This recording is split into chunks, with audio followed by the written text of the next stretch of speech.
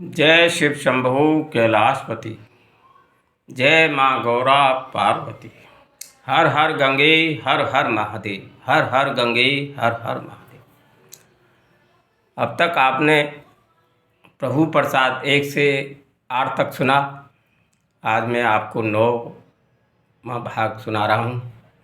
दुआ है पशु पक्षी जीव प्राणी, पशु पक्षी जीव प्राणी सब प्रभु कृपा पाते हैं। सब पर ठाकुर जी की कृपा है।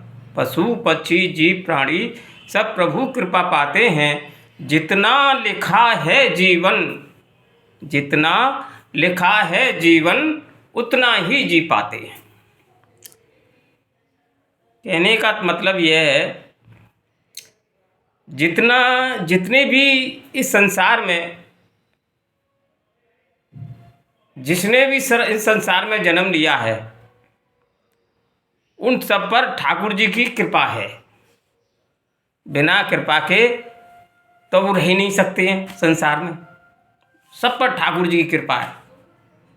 बहुत लोग कहते हैं साहब कैसा हम पे तो ठाकुर जी की कृपा ना है। भैया जब तेरे पास ठाकुर जी की कृपा ना आए हैं तो तू बोल कैसे रहोगे? सीधी सी बात है।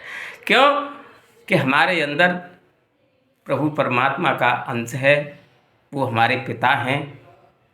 जब ये आत्मा जो रूपी अंश जो हमारे है अंदर, जब ये यहाँ से निकल जाता है, जब उनकी कृपा ख़त्म हो जाती है और हम यहाँ से निकल जाता है, तो फिर भैया क्या है कि राम राम सत्य सत्य बोलो बत्य। सीधी सी साहब है। पर उनकी भी गलती नहीं है। वो हिसाब लगाती है दौलत से, माया से। पड़ोसी को देखते हैं उस पर बहुत तेरा धन है और मेरे पास ना है। तो जब कहते हैं भैया मुँह पर तो कबू ठाकुर जी की कृपा ना है, उनकी भी गलती है। वो माया के चक्कर में फंसे हुए हैं, इसलिए वो महसूस करते हैं कैसा हम पे ठाकुर जी की कृपा ना है। पर ऐसी बात नहीं है।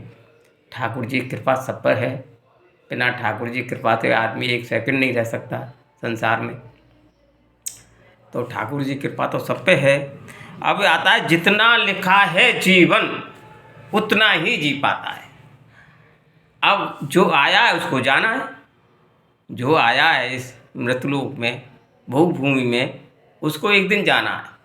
अब कब जाना है, कितना समय लगेगा, ये किसी को ज्ञान नहीं है। ये किसी को ज्ञान नहीं है। सबको जाना है एक दिन,